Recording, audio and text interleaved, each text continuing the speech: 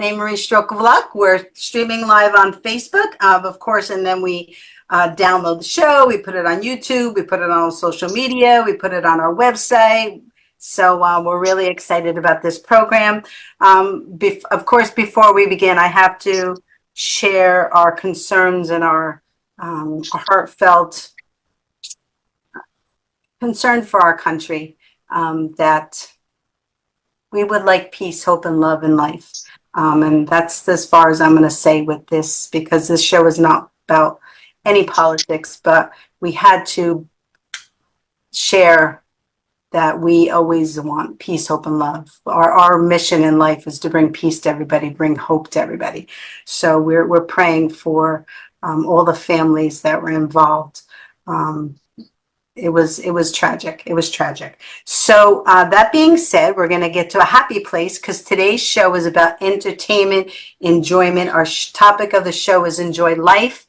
And we have wonderful guests today. Today's show is the old, I know everybody doesn't like when I use that, but the former and the new. And it's really an exciting program because we got two dear friends from our Village Connection. And and actually from Madhouse TV too. Evan, you're from Madhouse. Randy, are you from Madhouse too? Yeah. We go back years. It's got to be at least 10 years because it is. It's almost 11. I know, because we started 10 years ago. So it's very exciting. Then we have two new guests to the show, but I've known them for about 4 or 5 years. Linda and Beth. Beth, how do you say your what's her name, Beth? Sarabura.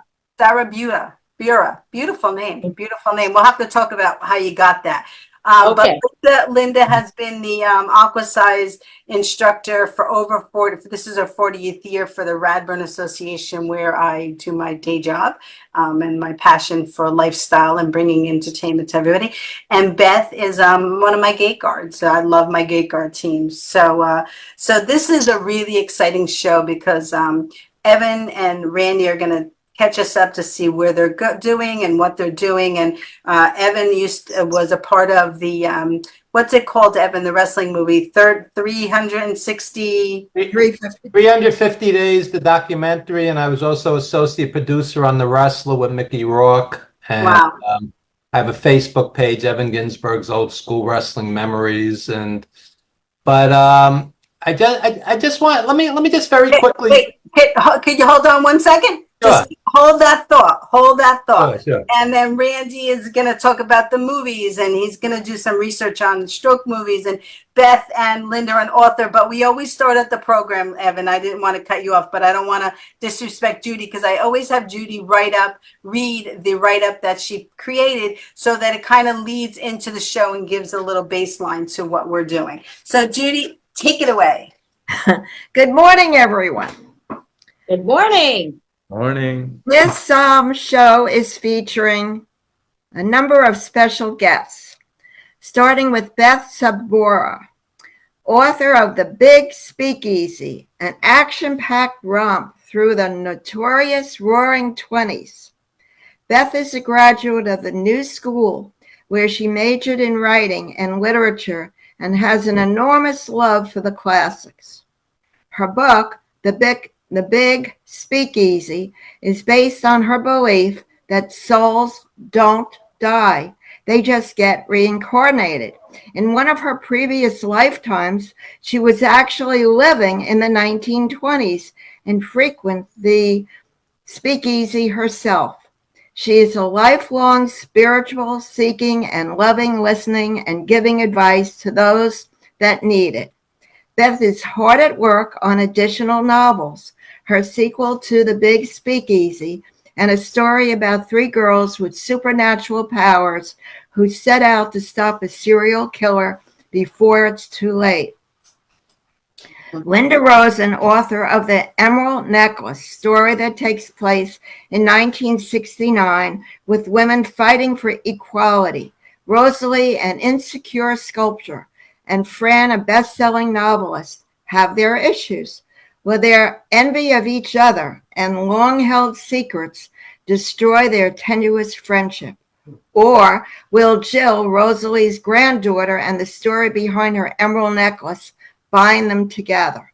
Linda Rosen is a fitness professional turned novelist.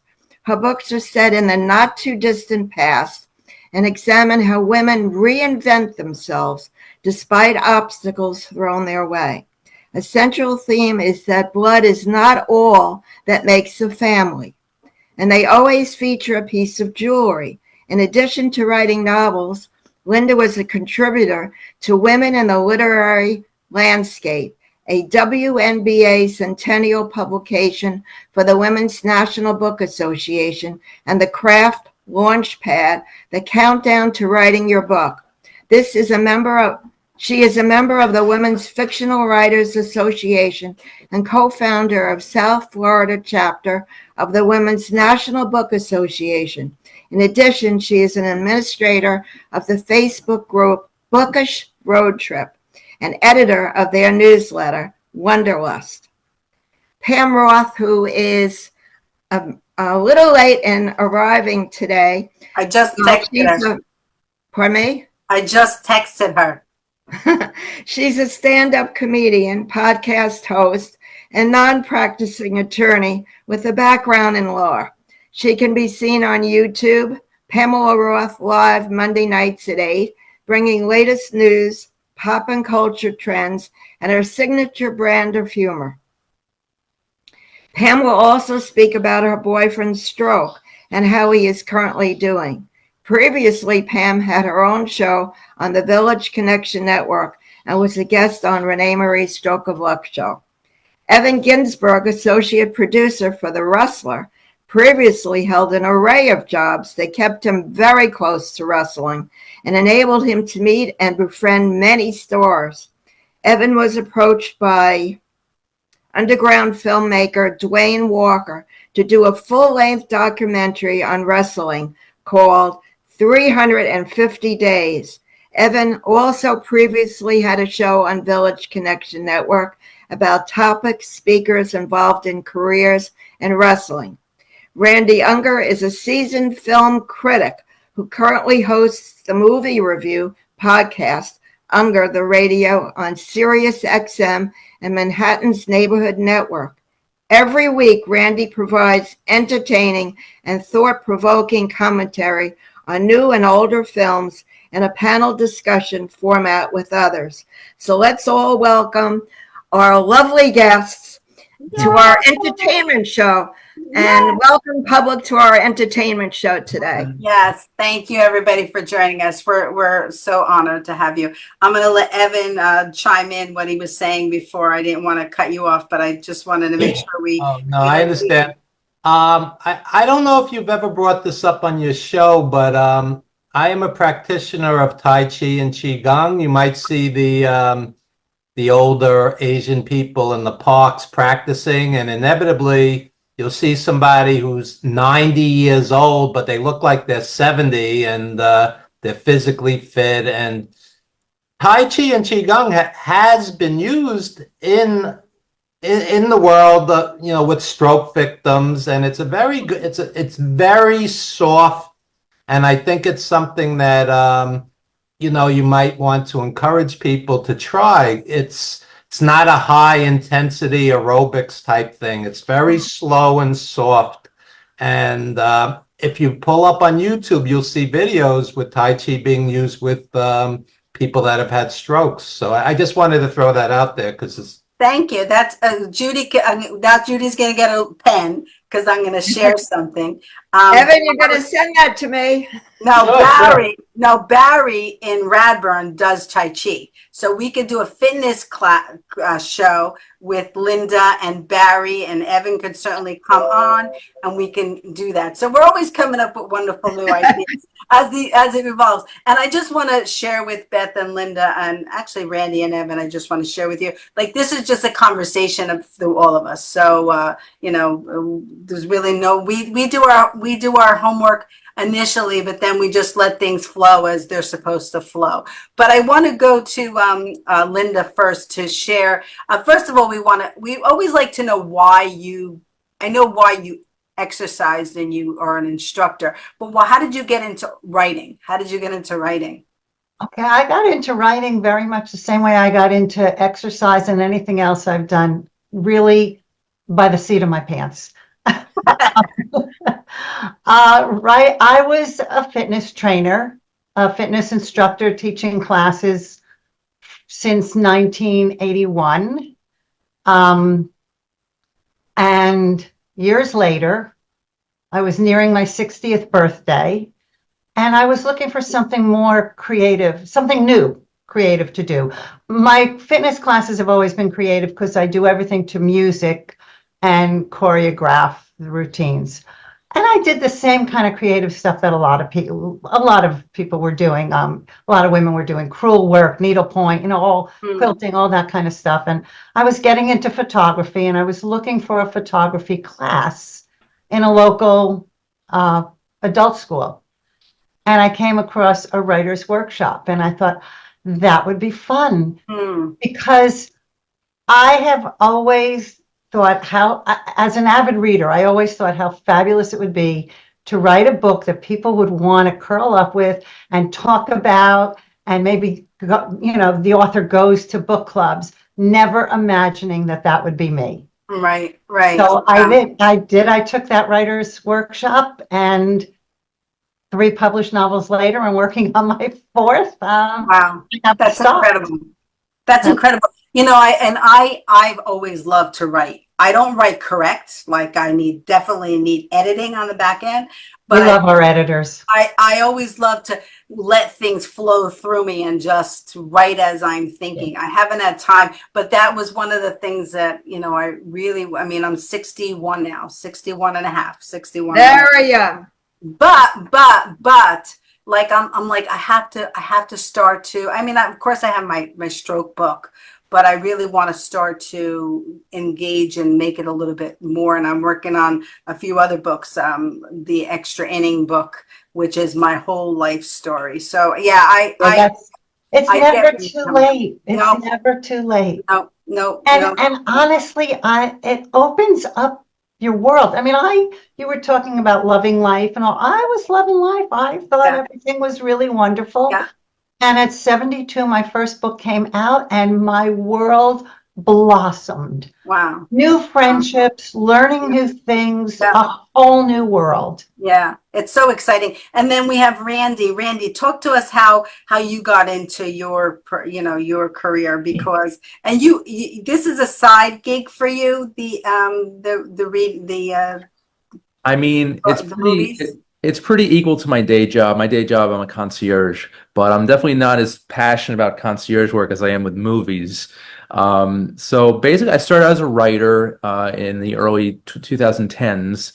And then in 2016, I was very fortunate enough to meet Evan Ginsberg for Madhouse TV. Oh, I didn't know that Evan one and inspired you. Wow, that's funny. We invited both of you to be on at the same time without knowing that. Go ahead. It's meant to be. So I had a short segment, a 10-minute segment on his show every week, and that basically evolved to my own internet TV show. And I did that, and I'm still doing that, but now I'm doing it for SiriusXM. And basically every week it's a panel discussion of guest critics, and we do movie reviews, we do new movies, we do old movies, we compare the old to the new, and I also do interviews with actors and filmmakers. Wow, that's incredible. That's incredible. It floors me that, people, the way things just come together. So, Evan, I'm going to wait 2 seconds to let you chime in. But Beth, how did you get into writing? Because, and I got to tell you, and I said this to you when, I've only known you as a gate guard, right? And then all of a sudden you were so excited. You wrote this book, and you were you had a different light about you. You were so lit up. And then we had you as a speaker at a lifestyle event in Radburn.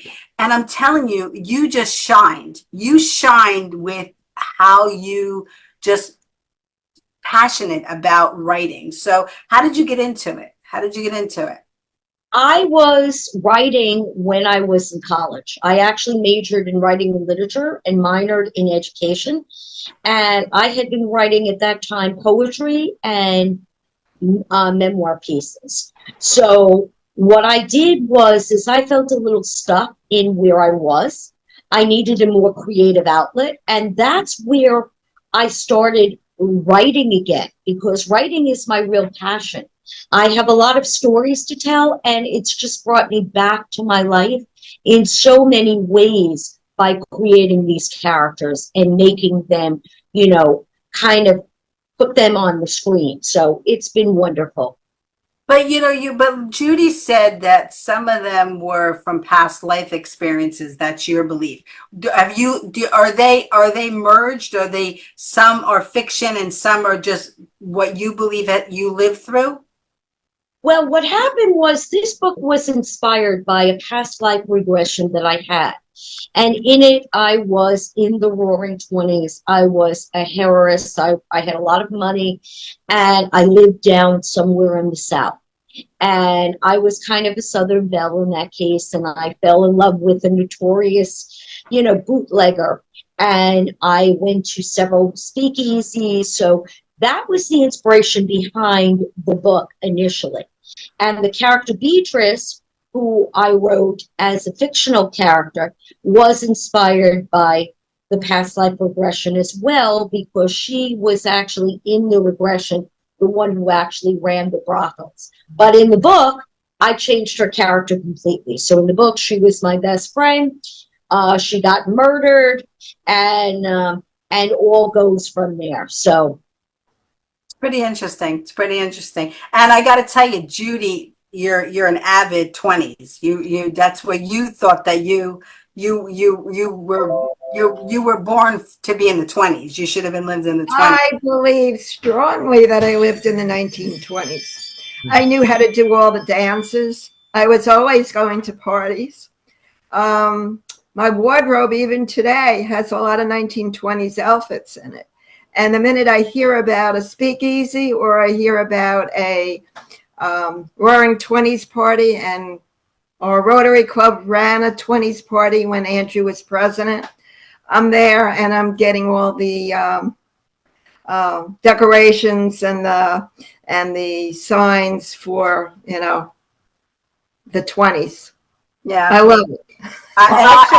And I also believe that I went with the wrong crowd and ended up back. My favorite is the 70s. I love the peace, hope, and love. I know there was a lot of drugs and all that kind of stuff, but just the feeling of that peace, hope, and love. Everybody just loved one another. It was just that's what I love. The colors and the Godspell. That kind of array. So the Woodstock area. Yes. Evan, so how did you get into Madhouse and Village Connection? What drew you to why did you want to do a TV show?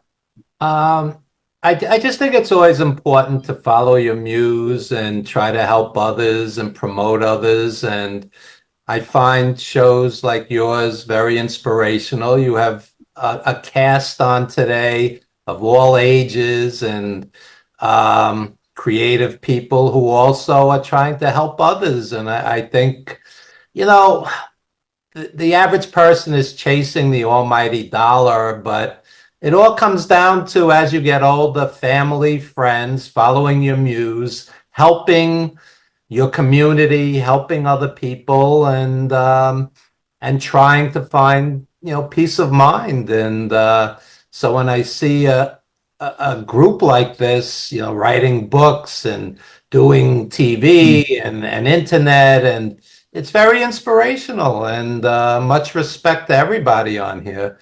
And yeah, that's what led me to various shows along the way. And as long as I'm alive and healthy, I just want to do creative things that I'm proud of and help people. So much respect to Renee and everybody here, because it's exactly what you're doing. Yeah, well, this show couldn't go on without Judy. Judy does all the back end work, which is, she always chats with me about everything, but without her, guys know that better than anybody. Oh, yeah. Somebody to lead the way for 10 years. So it's been crazy. Linda, how did you I know, so tell us a little bit about your books and how they evolved to become each creation. Oh, thank you. Before I get into that, the one book that I'm working on right now, which is set in the 20s, and I just think, okay, Beth, you've got to get in my novel since you lived in the 20s. Wow. Wait. Whenever the book comes out. So you're writing about the 20s now too? Yeah, And we that's my had work no in idea progress. about that. We had no idea about that. So go That's ahead. my work in progress. And when the book comes out, Judy, you will have to come to my book launch with all your 20. Oh, definitely. Dressed in the 1920s outfits. Right. Wow. So, but my first book, The Disharmony of Silence, I was always fascinated by family secrets. And I've heard so many family secrets from friends. And I swear my family doesn't have any deep, dark secrets. Nothing has come up. But I centered it around a cameo brooch that I actually owned, an heirloom cameo brooch. And my character, who is desperate for family, notices while she's cleaning up her mother's home for an estate sale, notices that the cameo brooch in the painting is exactly like the one in her mother's jewelry box. And when she goes, and that's more present day, when she goes Googling it and she sees that it's a rare cameo. Well, anyway, the story goes from there, and what she discovers, this 85-year-old secret, and she discovers and what she's going to do with it and how it could ruin other people's lives or it could give her everything she wants. The second book I was writing was the inspiration came from a woman I know who was the first woman winery owner with a woman winemaker in the Lehigh Valley of Pennsylvania. And I took her story because I was fascinated by it and wrote a whole sisterhood story set on a hilltop vineyard. That's Sisters of the Vine. But somehow a 3-carat marquise diamond found its way into the novel. So then when I was speaking with someone who was branding me because I didn't know I was a brand, to me, Wonder Bread was a brand. Yeah. I didn't know what a brand.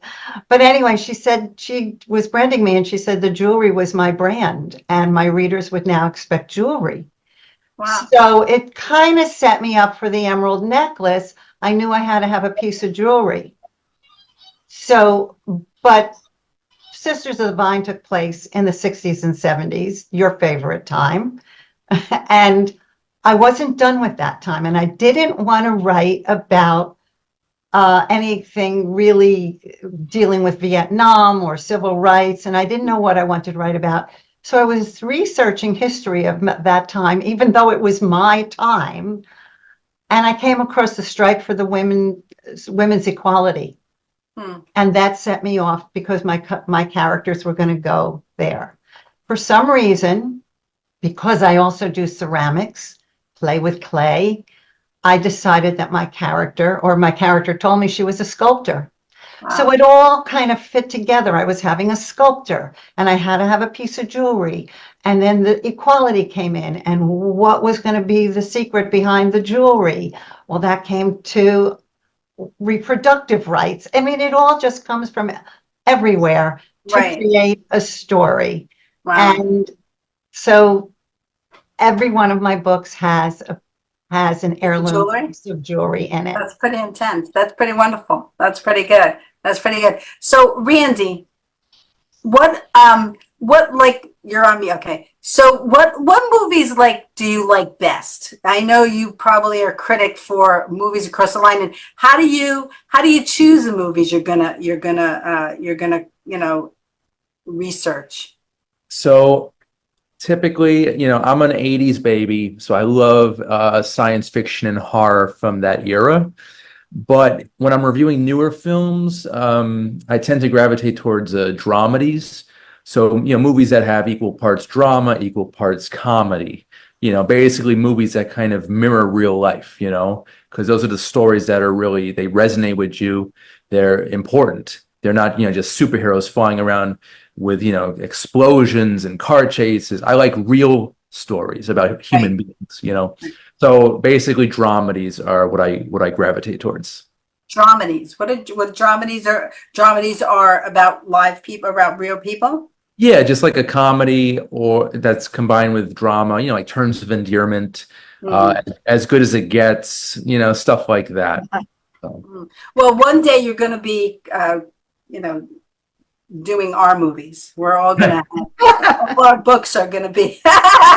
Yes, definitely. So stay tuned. Stay tuned. Okay. And we actually spoke to Randy in the Zoom green room about we're going to send you some stroke stories. You know, they're Yes. really emotional, you know, almost like Terms of Endearment. Terms of Endearment has a sad ending. Ours hopefully will have a more hopeful ending that brings hope to Many of them everybody. have. Yeah, Many yeah, of them. yeah. So I can't wait to send you some so that you could, and then we'll chat about, you know, that. And honestly, I know that on the back end, that really gets me going and my juices flowing about creating my movie and finishing my book. And, you know, we spoke about that in the office, right, Linda, about me doing my book. And I will tell everybody, I forgot to mention this at the beginning of the show, I am doing my my Unconditional Love concert on April 5th, 2025. Mark McEwen is going to be a part of it. It's going to be extraordinary. It really is. I've been visualizing myself doing this forever. And it's so much different than me just doing a concert. This is me telling my story and drawing people in. And what's going to be hard for me is to go to those sad places, those deep, really hard places to revisit, because I like to bring hope to everybody. I like to inspire everybody. I like to lift people up. But we need to go to those dark places with humor, because I've learned you have to have a little bit of humor to not lose people. So it's really going to be a journey, but by the end, we're gonna lift people so high that they're gonna leave with so much hope. So that's my vision for the show. And I really want to have photos in the backdrop of me singing. And one of the songs I'm working on is Let's Talk About Love by Celine Dion. And I want to, and I see all the kids coming and surrounding me and singing with me. So I can't wait. It's going to be very exciting. Where will this be? Where will it be? Well, it's going to be in New Jersey, but you know, around our area. But we're looking for a place. It's got to be something. It's got to be somewhere very special. It's got to be something different. I need to change how. You know, I want to wow people from the entrance. We did share the other day. I shared with somebody that I do want to make it like I want to have arches. I don't know what kind of arches, but when you enter in, you're leaving all your problems behind, just until you come out, you know, so that you could leave your world behind, enjoy it and have a good time. And really, so that's one of the things. So I'm creating it. It's coming together. I can't wait. It's going to be very exciting. So enough about me. Beth, so what are you working on, another book? Well, I'm very excited about my next book, which is called The Spirits of West Milford. And that book is actually inspired, or it came about, because there is a haunted road, which is very famous, called Colonial Road. And basically, Where is that, Beth? West Milford is in New Jersey. Oh, West Milford. Yes, okay. I wanted to know where the road was, but I missed that. So it's in West Milford. Okay. Yeah, it is in West Milford. And the book actually started out with three ladies who have these supernatural powers of their own. One of them was raised in an Orthodox community and is descended from the Baal Shem Tov. One of them is a medium, and the other one is, an empath. So the three of them get together, and there are several unsolved mysteries in the area, including a serial killer, which kind of reappears and was actually actively involved in the 1920s. So part of it was inspired by the haunted road. Part of it is also inspired by one of the stories in 1928 with a hotel and some killing, including killing an Irish mobster. And the characters themselves came to life very easily for me. I took a composite of different people that I've known of in West Milford, and I kind of made them my own. You know, I kind of used the branding that I normally do. So my brand is more about supernatural and spiritual stuff, like ghosts, like reincarnation, like psychics. And I always involve in each of my books sort of some kind of murder mystery that really wraps everybody up into characters. And of course, we also have the man that everybody is madly in love with, and his name is Daniel. Actually, as the book starts, you see that he has an affair with the medium Bella, and they have a son together, and he's actually married at the time. And you have all of this drama, but it's going to be fantastic. I'm really excited about the spirits of West Milford. And at the same time, I'm also writing the sequel to the Big Speakeasy called A Mirror Outside of Time. And it's actually going to go into more depth into what actually happens to Jess and Michael and her dead husband. And it is going to kind of finally reveal who killed Beatrice. And it goes into many other things, including another murder mystery. And you even have a cult leader in this one. So it's going to be phenomenal. Very exciting, Beth. Very exciting. Evan, so talk to us about the wrestling. Because I know Fulvio, you know, my very dear friend Fulvio, was a part of that. So talk to us how you started with wrestling and how, you know, you got so involved and about that movie. I was involved in wrestling media, and that led me to becoming an agent, and I would take the legendary wrestlers for appearances, autograph signings, actual matches. And from that led me to Darren Aronofsky offered me, I was basically the wrestling guy on the movie The Wrestler. I brought in Mickey Rourke's stunt double, his trainer, you know, etc., so on. And from there, I was offered, Fulvio Cesare was the director on a documentary called 350 Days. And the title refers to the fact that the major wrestlers were literally on the road, away from their families, 300 plus days a year, up to as much as 350 days. So, yes, wrestling is predetermined, but they don't like the word fake because they will say, my 3 divorces weren't fake, my hip replacement wasn't fake, my knee replacement wasn't fake, my kids not talking to me because I wasn't at their wedding, their graduation, etc. That's not fake. So wrestling, like anything else, when done right, is an art. And just like Randy reviews movies, you have movies that are good, bad, you know, masterpieces or, you know, abominations. Wrestling is the same thing. It's an art form. Some people appreciate it, some people don't. Sometimes it's very cartoonish. Other times it's done in a very sportsmanlike way. So, you know, you could appreciate or not appreciate anything, and wrestling is an extreme example. It's not for everybody's taste. Well, my father used to bring me to wrestling when I was So you young. know, yeah, My father used to bring me to Bruno Sammartino, right? yeah. He was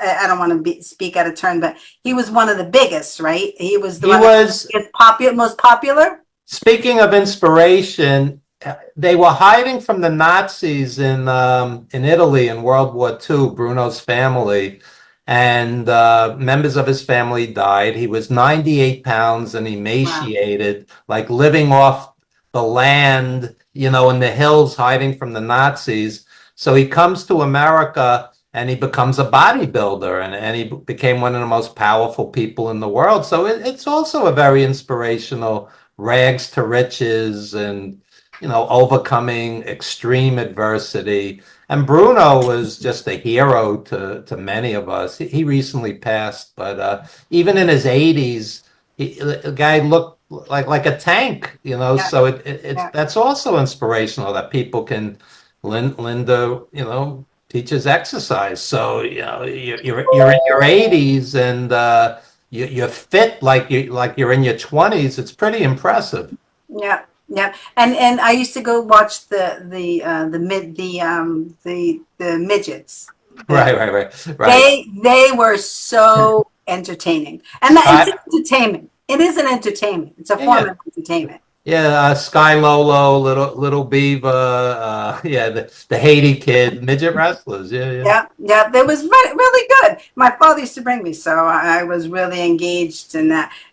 Randy, did you review the 350-day movie? I saw it. I discussed it with Evan. I'm not really from a wrestling background myself. I know a little bit about it, but I thought the documentary was very, very interesting about the psychology of these guys and what they go through away from their families, away from what they consider, normal life. So I thought that aspect of the documentary was really fascinating, and that was like at the core of it all. So yeah, it was a great film. That's good. That's pretty interesting that they use the movie, the wrestling, to draw people in, right? But it really had a deeper meaning to it about the struggles and about about the inspiration and about what they had to go through day to day to be a wrestler. And why do people want to wrestle, Evan? I'm just curious. I'm just curious. Like, I mean, I know, there's nowadays, there's a girl who was a wrestler, and I forget what her name is, but it was a way that she was able to support herself, and she was making more money nowadays wrestling than she was, waitressing. So talk to us about that a little bit. It's a career path, and like anything in arts or sports, 90% won't make it, and another 5%, will be a professional and get paid but not make it big. And then there's that 5% who are going to make crazy money and support their families, and it's something they're passionate about. It's you could say that about any actor, writer, dancer, singer, rapper. The chances of hitting the big time is very, very slim. And Darren Aronofsky, who I worked on for the wrestler movie, we shot that on $6 million, which is basically the food budget on the Avengers, Randy will tell you. So his mom was a school teacher. He was a regular kid, and he just had a passion for making movies, and he found the theme interesting. So I mean, think about it. You're away from your family pretty much every day. There have been wrestlers who have said, "I wrestled 95 straight days. I wasn't home." I mean, so that's a story unto itself, and you're sacrificing your personal life. I had a famous wrestler, Sherry Martel, say to me, I was on the road 15 years. I didn't see my kid grow up, but it was something she was passionate about. So it's like anything else. A rock star or a movie star is also away from home for weeks and months at a time. It's a choice. It's a tough choice. It's a tough choice. It's a tough choice. Pam, thank you for joining us. Yes. Can you hear? Hi, me? good morning. Good morning. Yes, can you hear me? Yes. Hi, good morning. Good morning. So Pam, I'm trying to get into a better location. oh, that's okay. So Pam's show was after mine on I think she clicked out. Pam's show was after hours on Village Connection, and she was also Madhouse. Was she also Madhouse, Evan and Randy? Pam, you were also a Madhouse show? I'm not sure, to tell you the truth. I don't remember, but I know your show was after us. That's why you come in early, you hang out with us, we take photos, it goes all that kind of stuff. But now you're doing comedy. Now you're doing I'm doing comedy. So when I came to see you, and I agree. Yes, you did. Thank you so much. And I agree with what Evan said. I mean, even with stand-up comedians, there are so many that try to make it, and you have to go out on the road. You can't just stay like local, because you need to be out on the road. You have to go to far off places, little obscure bar someplace, because the bottom line is everybody wants to laugh. Not everybody can come into Manhattan to the big clubs or out to Long Island to Governor's, for instance. So you go further out, smaller clubs, every place, all around. And there are times you're not going to be home. What are some of the big clubs that you've done? In fact, I have a show Tuesday night at Rodney's, which is formerly Dangerfield's. Oh, wow. So I've done, Broadway Comedy Club, West Side Comedy Club, Dangerfield's prior to COVID. I've now done the new one called Rodney's. Got Governor's out in Long Island. And I've done other clubs in New Jersey and Pennsylvania, out in Philly. I've done comedy festivals, and I actually have my first pay-per-view out now. Wow. That's exciting. That's exciting. My father reminds us of my father when he was alive, and Rodney Dangerfield. They remind of each other. Like my father had that Rodney Dangerfield look, you know, and funny. My father was very funny. He was humorous. He was humorous. So did he get any respect? Yes, he did, because my father wasn't a comedian, but people loved his personality. He used to own delis, and he had landscaping, and he worked in my deli, and he just was a really interesting, funny guy. I mean, this one day we'll have to do a show about the stories of my father. You know because my father was single, right? And people used to like my father. So this one woman he had two girlfriends at one time, and one was out the back and the other one was coming in the front. You know, everybody in the place, it was at the deli and the Elmwood Park Boulevard Sweet Shop. Everybody knew except for the two women. Oh, wow. So, but I could tell you stories. And then one other time, and I'll get back to one other time, this woman came in with her dog, and she was in a car accident. And so my father used to develop Kodak photos. So sure. So you had a dog room. Yeah, when she was he used to send them out, but in the deli you could bring your film and then have it picked it up when it was done. And my father, when she was in a really bad car accident, so her face was distorted, she was holding a dog, and she had a photo in there. So my father stole one of her photos out of her package, and he showed it to all his friends. This is my girlfriend. And then when they and he didn't say she was in a car accident, he would just say, this is my girlfriend. So then they would just their reaction was all across the board. It was so different. And and for months he would do that. He would just have a really good joking with everybody. He was a comedian, my father. He was a comedian. So anyway, so Linda, how what I know your next book, but what other passions do you have? I know you're teaching aerobics, and you're teaching aquasize, and you're author, but what's something else that you're diving into? Ceramics is a new thing for me, actually.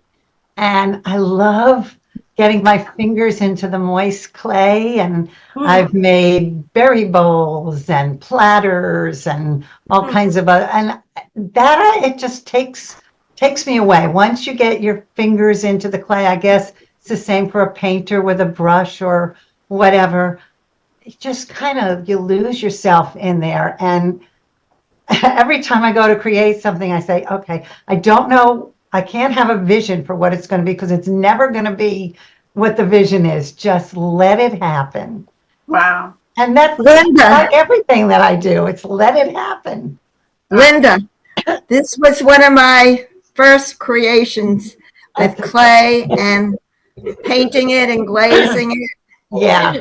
I have so many years. I don't want to say how many years. It's a great thing. I take a slab of clay and I create something from the slab, rather than a mold or I failed wheel, but I take a slab of clay and I create from the slab. It's kind of like the same way anybody creates whatever they're doing. You have a slab of something in front of you, a paper, a canvas, whatever, and you just let it go. I started with an ashtray and ended up with angels. That's hard. That's a hard thing to do. Oh my God, that's incredible. So, who left? Pam. Oh, I was just like, somebody left. Something that was said before, if you don't mind me jumping in. No, this is a conversation. Go ahead. Evan said something about when you asked about why somebody gets into wrestling, and it kind of went to some people get to be very famous and others are just doing what they love to do. And then Pamela even mentioned it about going out to small venues. It's the same way with writing, or I guess anything in the creative world. And it made me think about, we can't all be the bestseller. We can't all be number one. But as long as we're just so satisfied and with ourselves, then that's just a beauty in itself. Yeah, it's almost like it's a journey, right? Well, it is. It is, yeah. And I think you have to come to that conclusion on your own in that yes, journey. yes. Okay, And I am famous for myself. yes, and the truth is, like, when we do a telethon every year, right, for our foundation, and I always remember that the American Idol. Did anyone ever see the first American Idol show? It wasn't a big show. It was done, in the back of a studio with, with blinds in the back, and I mean, it wasn't. But look where they are today. Yeah. You know what I'm saying? So they took the shot and they grew and they evolved, and that's what we're doing with our foundation and our telethon. And that's why this year we're so proud, because the next 10 years is about really helping people financially. We've done our 3 mission statements. Our first mission statement is to bring stroke and aphasia awareness.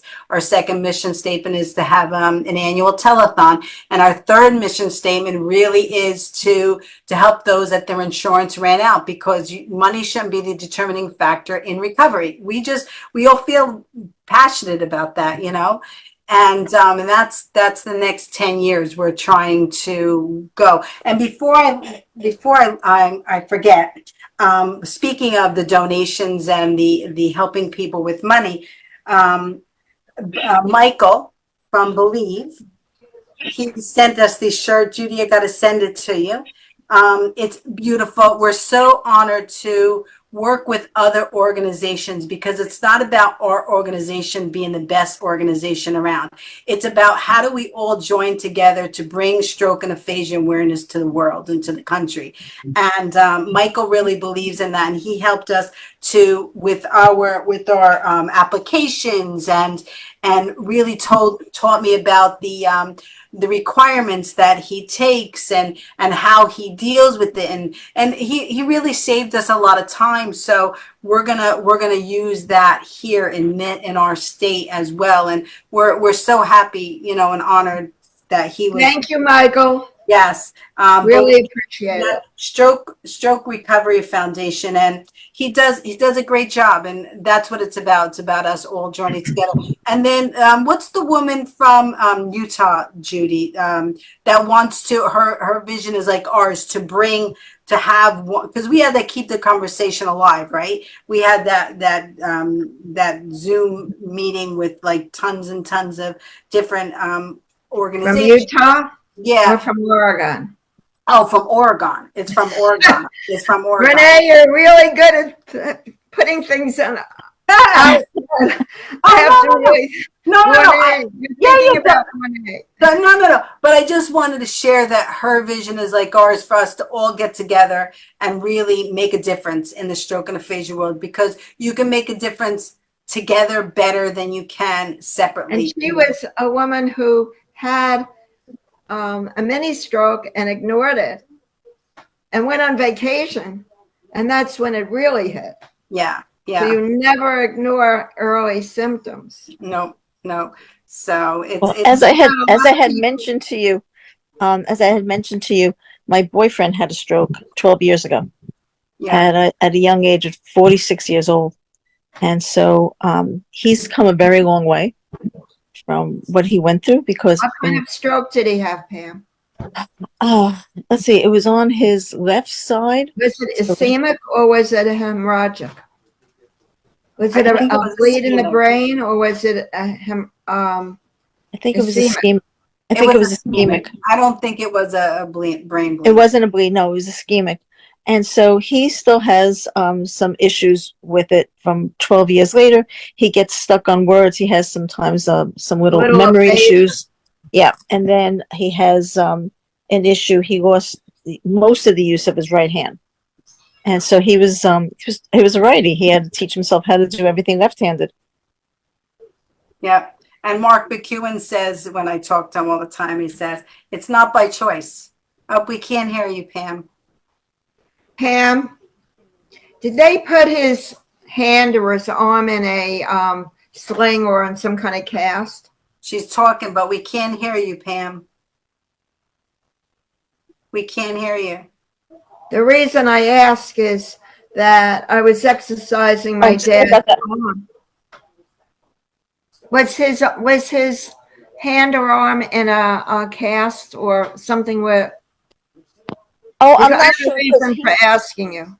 No, the reason why it's like this happened before Michael and I reconnected. So he said No, that no, I'm talking about your boyfriend's. Yeah, that's what I'm saying. So this I don't now it's not. But at the time he had to be hospitalized for 2 years because he was paralyzed. He had to learn how to walk again. And he actually lost the ability to speak for 2 years. Wow.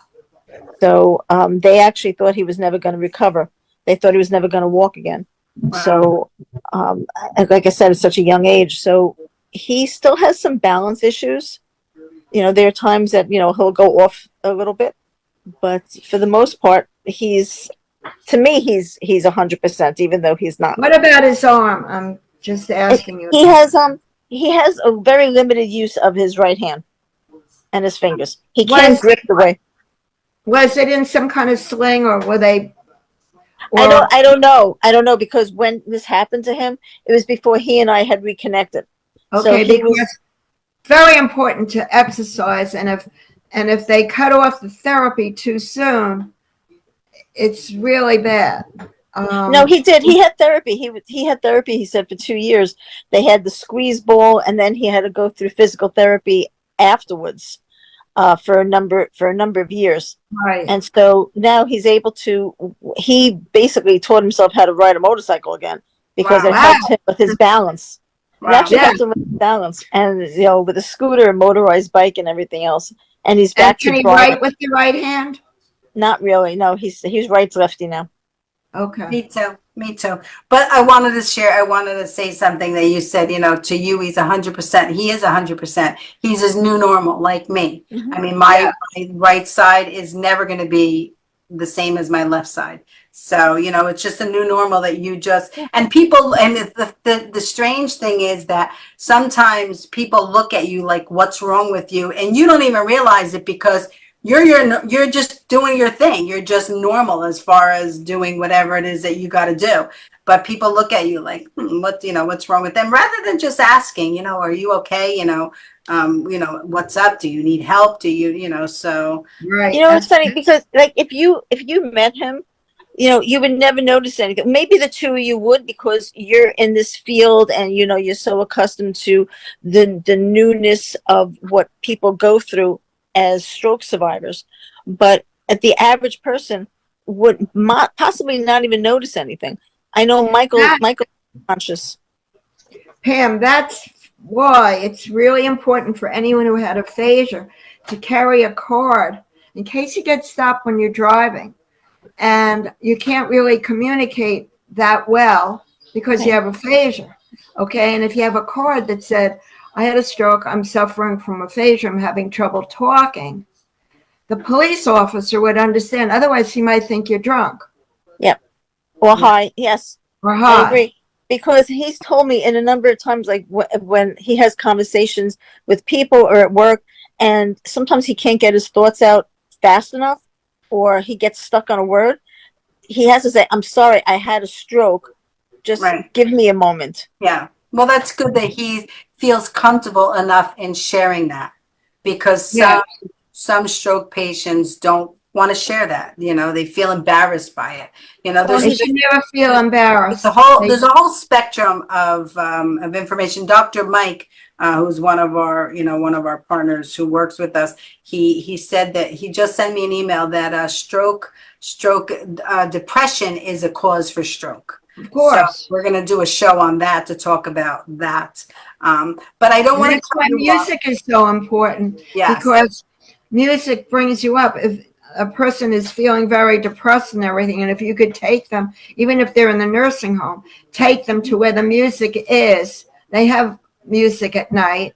Bring them, and it takes them out of it. And they really, music and memory are very important factors in recovery. Yeah, actually, one of the things that we've decided from the organization, Judy, I haven't shared this with you because there's so much going on, but as when we partner with a rehabilitation location to help someone with financial aid to that organization,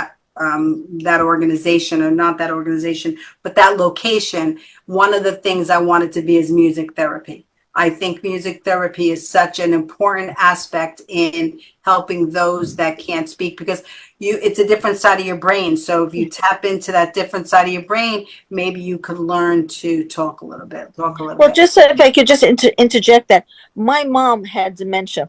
And what I was learning so much about dementia through dementia support groups during COVID, that when I went to go visit her, we would play music. Because it's the same thing, because she may not remember something right now or yesterday, but the music brought her back. She started remembering the lyrics. Yeah. In fact, my son started getting into and appreciating Frank Sinatra. So he started playing Frank Sinatra for grandma, and he would sing along with her. And it made her so happy. She remembered all the lyrics, even though she couldn't remember what day it was or what month, but the music helped her. Thank Pam. What we want to invite, I know he doesn't feel comfortable. Please invite him to be on the show. We'd love to chat with him, or you can come back and continue this conversation, because it's already 10:02 and I don't want to keep everybody past the 10 o'clock, but I do want to give everybody a last moment to share. Linda, how can people buy your books? Where can they find your books? My books are really where any books are sold, hugely on Amazon, but go to my website, linda-rosen.com. The links are all there, linda-rosen.com. Good. And you're coming back to be on another show for exercise and Tai Chi with. That'd be fun. To your other world. Actually, I just want to say, I know you want to get going, but there's a woman in my class who had a stroke, I don't remember, 10, 15 years ago. And once she got out of the hospital and was okay, it didn't take her long. She was back in exercise, indoor and in the pool. Wow. And she's doing well. Well, you're more than welcome to just let her know about our show. We'd love to hear her story. And you have Judy's contact information. Just send it to Judy. We always stories are really important to tell your story, because it brings hope to everybody, especially somebody who has recovered fully. It's really important to bring hope to everybody. Beth, where can we buy your book?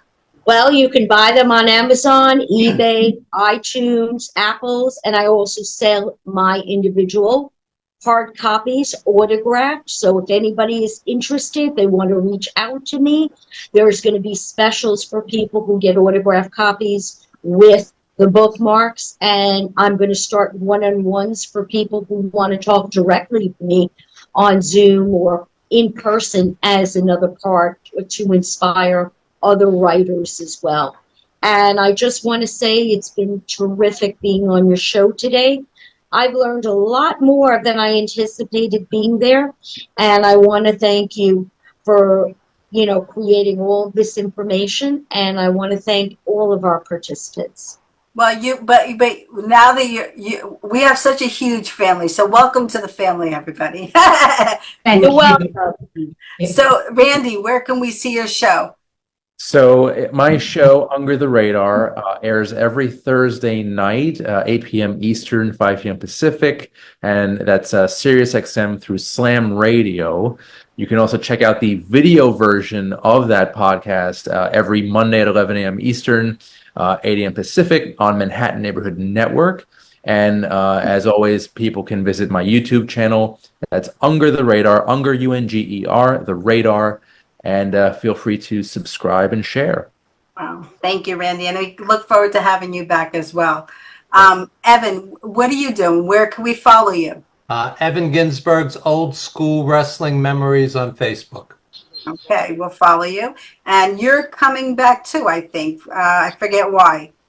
For the movies and stuff. We have to have you back because I need your help on writing my screenplay, you said. Another thing you could consider is a documentary and tell some of these stories. Yes, yeah, we are. A documentary, because I've realized, and I think I've realized that people nowadays are not so in tune with watching a movie, and movies an hour and a half, 2 hours, it's too long. So if you do a documentary series and you do a half an hour clip at a time, Randy, am I correct in my mind thought nowadays? Yeah, that sounds great, actually. I recommend that highly. The other thing is the ideal length of a documentary is 80 minutes. A documentary doesn't have to be 4 hours. Right. No, really, you find the 5 or 6 most inspirational stories, and in that 80 minutes, you could really reach a lot of people. Yeah. Okay. We're in. There you go. We're in. Pam, how can we follow you on your comedy tour? Yes, you can find me on Instagram. It's Pamela Roth _comedy. Thank you. And Judy, what do you want to share with our audience before we rock and roll out of here? Well, I'm also thinking about returning to stand-up comedy, which I did in the 2001 to 2004 period. And I have an agent, and I'm working on my new material, so I'll keep you all posted. And this has been a very exciting show, and I'm glad to see all of you here. Thank you. And before I go, I don't want to forget to mention that we're now on Stroke Warrior radios in 21 countries. So our shows go stream on that, as well as on our Facebook and our website and YouTube channel. So thank you so much to Ralph for allowing us to invite us to be a part of it. It's on at 3 p.m. Eastern Pacific time and 3 a.m. Pacific time. So if you want to find that, go strokewarriorradio.com to check it out. We're very excited about the stuff we have going on. And of course, our telethon's coming up in November 4th, I think it is, November 5th, Sunday. I think it's Sunday the 5th. So thank you so much, everybody, for joining us today. And we're going to say goodbye to everybody. Thank you for joining us. You know, sometimes we forget we're streaming live on Facebook because we just get engaged in talking to everybody. But we're so honored, and we hope you have a little bit of love in your life, a lot of love in your life. And we bring you a little hope, and have a stroke of luck in your life. And never give up hope. Never give up hope. And on 3, we always blow our kisses to everybody. 1, 2, 3. Bye, everybody. See you later. Bye. Thank you. Bye, everybody. Bye. Bye. Thank you.